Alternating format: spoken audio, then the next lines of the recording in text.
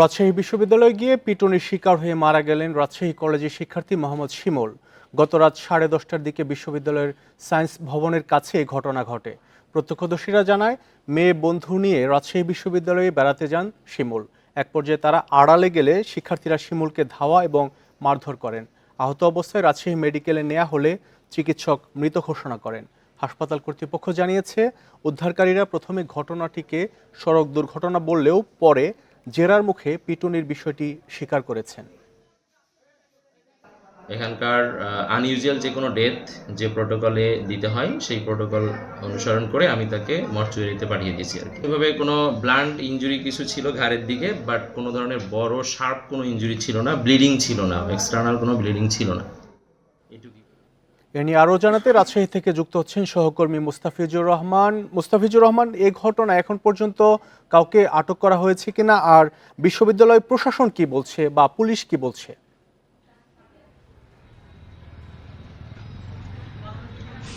দেখুন, গতকাল রাতের ঘটনার পর থেকে আমরা বিশ্ববিদ্যালয়ের প্রক্টরের সঙ্গে কথা বলেছিলাম এবং তিনি যে বিষয়টি জানিয়েছিলেন যে এখন পর্যন্ত রাজশাহী বিশ্ববিদ্যালয়ের পক্ষ থেকে জানানো হয়েছে যে তাকে কোনো মারধরের মতো কোনো ঘটনা ঘটেনি। এবং বিশ্ববিদ্যালয়ের প্রক্টর যে বিষয়টি জানাচ্ছেন যে গতকাল রাতে যখন প্রক্টরের টহল টিম যায়, ঠিক টহল গাড়ি দেখার পরেই শিক্ষার্থী তারা দ্রুত বা বাইক নিয়ে বের হয়ে যাওয়ার সময় একটি সড়ক দুর্ঘটনা, অর্থাৎ পাশে একটি ড্রাম ছিল, সেখানে হয়তো ধাক্কা খেয়ে সে পড়ে গিয়ে সেখান থেকে মারা যেতে পারে, এটি কিন্তু প্রক্টর বলছিলেন। এবং তবে বাস্তবতা হচ্ছে যে এখানে যে নিহত শিক্ষার্থী শিমুলের যে বন্ধুরা রয়েছে, সেই সাথে সেই সময় তার সঙ্গে থাকা যে মেয়ে বন্ধু ছিল তার বরাত দিয়ে কিন্তু তারা বলছিলেন যে সেই সময় নিহত শিমুলকে সেখানকার যারা ছিল তারা পিটুনি দিয়েছে এবং সেই কারণে এরপরে গুরুতর আহত অবস্থায় তাকে রাজশাহী বিশ্ববিদ্যালয়ে যে হাসপাতাল রয়েছে সেখানে নেওয়া হয়েছে। তারপরে তাকে রাজশাহী মেডিকেল কলেজ হাসপাতালে নিয়ে যাওয়া হয়েছে, সেখানে কিন্তু তাকে কর্তব্যরত চিকিৎসক মৃত ঘোষণা করেছে। এবং চিকিৎসক কিন্তু একটি কথা বলছিলেন যে সেইখানে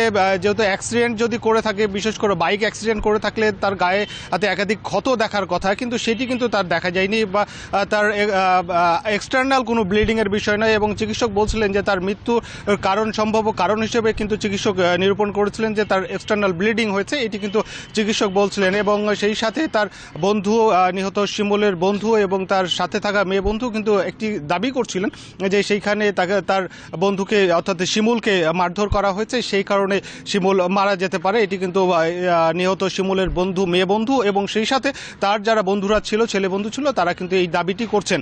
অপরদিকে পুলিশ যে বিষয়টি বলছেন, পুলিশ বলছেন যে এখন পর্যন্ত পরিবারের পক্ষ থেকে কোনো অভিযোগ দায়ের করা হয়নি বা কোনো মামলাও হয়নি। এবং যদিও এখানে শিক্ষার্থীদের বিষয় রয়েছে, এটি স্পর্শকাতর বিষয় রয়েছে, পুলিশ বলছে যে তারা বিষয়টি গুরুত্ব দিয়ে দেখছে।